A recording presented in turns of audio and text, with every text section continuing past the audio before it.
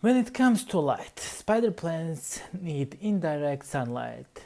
Give it too much and the beautiful white sticks on the leaves will fade to green. Give it too little and the leaves will turn yellow and will start to drop.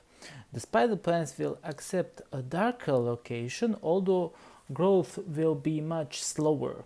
Best location in your home is north window or close to east-west facing window or some distance away from a south facing window.